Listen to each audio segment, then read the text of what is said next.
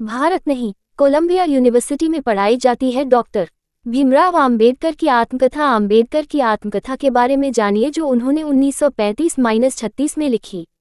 ये कोलंबिया विश्वविद्यालय में पढ़ाई जाती है और उसके बारे में भारत में काफ़ी कम चर्चा हुई। संविधान की ड्राफ्टिंग कमेटी के चेयरमैन और भारत के पहले कानून मंत्री डॉक्टर बी.आर. आम्बेडकर की बहुत सारी किताबें आज भी भारत में उपेक्षा का शिकार हैं, भले ही विश्वभर में उन किताबों की ख्याति महान और जरूरी किताब के रूप में हो। ऐसी ही एक किताब उनकी आत्मकथा है। इसको उन्होंने वेटिंग फॉर वीजा नाम से लिखा था। ये वसंत मून द्वारा संपादित doctor Baba Saheb Ambedkar writings and speeches volume -12 में संग्रहित है, जिसे महाराष्ट्र सरकार के शिक्षा विभाग ने 1993 में प्रकाशित किया। इसे पीपुल्स एजुकेशन सोसाइटी ने पुस्तिका के रूप में 19 मार्च 1990 में प्रकाशित किया। इसे डॉक्टर आम्बेडकर ने 1935 या 1936 में लिखा था। कोलंबिया विश्वविद्यालय के पाठ्यक्रम में इसे शामिल करने के लिए और कक्षा में पढ़ाने के लिए बेहतर बनाने के उद्देश्य से प्रोफेसर फ्रांसिस वी. प्रिटचेट ने इसे भाषाई स्तर पर संपादित किया। यह आत्मकथा 6 हिस्सों में विभाजित है। पहले हिस्से में डॉक्टर आम्बेडकर ने अपने बचपन की एक यात्रा का वर्णन किया, कैसे ये यात्रा अपमान की भयावह यात्रा बन गई थी। दूसरे हिस्से में उन्होंने विदेश से अध्ययन करके लौटने के बाद बड़ौदा नौकरी करने जाने और ठहरने की कोई जगह न मिलने की अपमानजनक पीड़ा का वर्णन किया है। तीसरे हिस्से में दलितों के गांवों में उत्पीड़न की घटनाओं को जानने के लिए जाने के भयावह घटनाक्रम को रखा है। चौथे हिस्से में दौलताबाद का किला देखने जाने और सार्वजनिक टैंक में पानी पीने के बाद के अपमान का वर्णन किया है। चौथे और पांचवें हिस्से में उन्होंने दलित समाज के अन्य लोगों की अपमानजनक कहानी पर केंद्रित किया है। चौथे हिस्से में उन्होंने ये बताया है कि सवर्ण डॉक्टर द्वारा एक दलित महिला का इलाज करने के इनकार कर देने पर कैसे उसकी मौत हो जाती है। पांचवें हिस्से में उन्होंने एक दलित कर्मचारी के जातिगत उत्पीड़न का वर्णन किया है।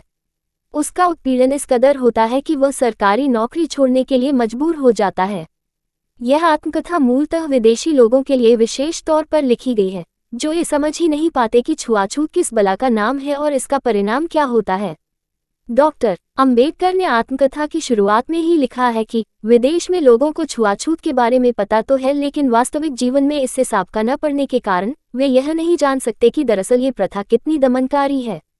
उनके लिए ये समझ पाना मुश्किल है कि बड़ी संख्या में हिंदुओं के गांव के एक किनारे कुछ अछूत रहते हैं, हर रोज गांव का मेला उठाते हैं, हिंदुओं के दरवाजे पर भोजन की भीख मांगते हैं, हिंदू बनिया की दुकान से मसाले और तेल खरीदते वक्त कुछ दूरी पर खड़े होते हैं, गांव को हर मायने में अपना मानते हैं और फिर भी गांव के किसी सामान को कभी छूते नहीं या उसे अपनी परछाई से भी दूर रखते हैं।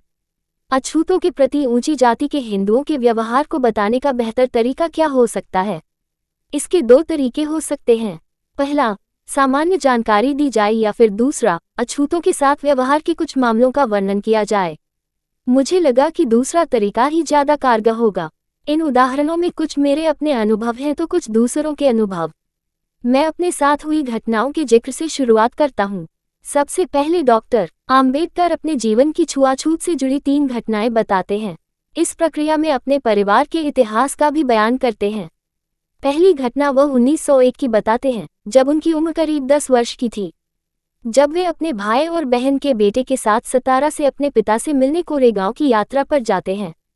अछूत समुदाय के होने के चलते इन बच्चों पर पूरी यात्रा के दौरान दुख और अपमान का कैसा कहर टूटता है, इसका वर्णन उन्होंने अपनी इस आत्मकथा में किया है।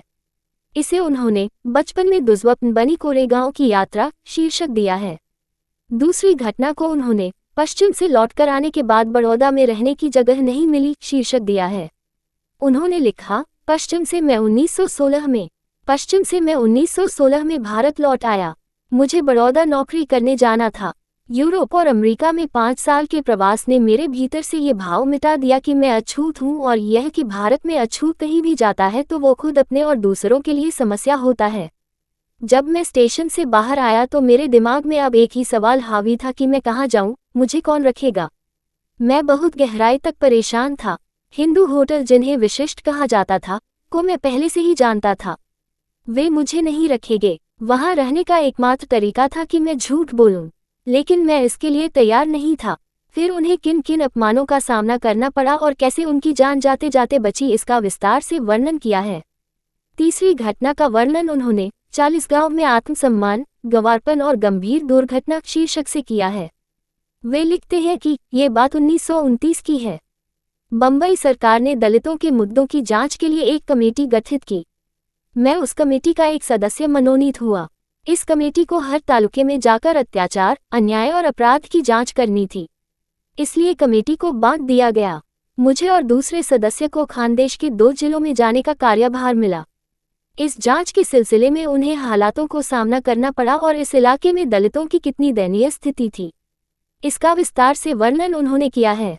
चौथी घटना का वर्णन उन्होंने दौलताबाद के किले में पानी को दूषित करना शीर्षक से किया है। वे लिखते हैं कि यह 1934 की बात है। दलित तबके से आने वाले आंदोलन के मेरे कुछ साथियों ने मुझे साथ घूमने चलने को कहा। मैं तैयार हो गया। ये तय हुआ कि हमारी योजना में कम से कम वेरूल की बौद्ध गुफाएं शामिल हों।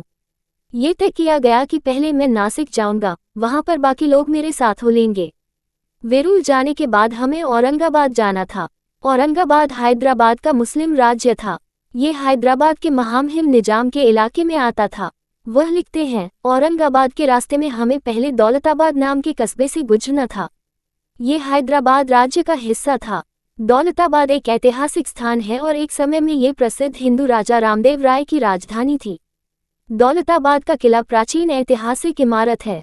ऐसे में कोई भी यात्री उसे देखने का मौका नहीं छोड़ता। इसी तरह हमारी पार्टी के लोगों ने भी अपने कार्यक्रम में किले को देखना भी शामिल कर लिया। दौलताबाद किले में प्यासे आम्बेडकर और उनके साथियों ने पानी पी लिया।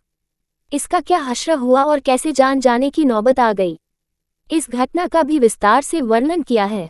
छठी और सातवीं घटना अन्य दलित स्त्री पुरुष से जुड़ी हुई है, जिनके शीर्षक इस प्रकार हैं। डॉक्टर ने समुचित इलाज से मना किया जिससे युवा स्त्री की मौत हो गई और गाली गलौज और धमकियों के बाद युवा क्लर्क को नौकरी छोड़नी पड़ी। आम्बेडकर की आत्मकथा अमेरिका के कोलंबिया विश्वविद्यालय में पढ़ाई जाती है। इसके कई हिंदी अनुवाद भी हो चुके हैं। इसमें उन्होंने अपने बचपन से लेकर 1934-35 तक के अपने अपमानों का बयान किया है, जो अपमान उन्हें अछूत जाति में पैदा होने के चलते झेलना पड़ा। यह अपमान केवल हिंदू धर्म के अनुयायियों ने नहीं किया, पारसियों और ईसाइयों ने भी किया। भारत में मुसलमान, पारसी और क्रिश्चियन भी किस कदर जातिवादी हैं, इसका पता किसी को भी आम्बेडकर की यह आत्मकथा पढ़कर चल सकता है। प्रश्न यह उठता है कि आखिर क्यों आम्बेडकर की आत्मकथा उपेक्षा का शिकार रही, अभी भी है, जबकि गांधी की आत्मकथा के करीब हर पढ़ा लिखा भारतीय जानता है। गांधी की आत्मकथा मेरे सत्य के प्रयोग का नाम हर पढ़े लिखे व्यक्ति की जुबान पर होता है। यह आत्मकथा 1929 में प्रकाशित हुई थी। क्या इसका कारण यह है कि गांधी की आत्मकथा कोई महान आत्मकथा है और आम्बेडकर की आत्मकथा उसकी तुलना में दोयम दर्जे की है? मेरे हिसाब से इसका सीधा कारण इस देश का जातीय और वैचारिक पूर्वाग्रह है, जिसके चलते अंग्रेजों के खिलाफ उच्च वर्गों, उच्च जातियों के लिए संघर्ष करने वाले व्यक्ति को राष्ट्रपिता का दर्जा दे दिया जाता है और पूरे भारतीय जन की मुक्ति के लिए संघर्ष करने वाले आम्बेडकर को लंबे समय तक उपेक्षा और अपमान का शिकार रहना पड़ा।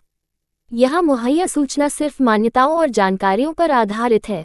यहाँ ये बताना जरूरी है कि यह मेरा वीडियो किसी भी तरह की मान्यता, जानकारी की पुष्टि नहीं करता है।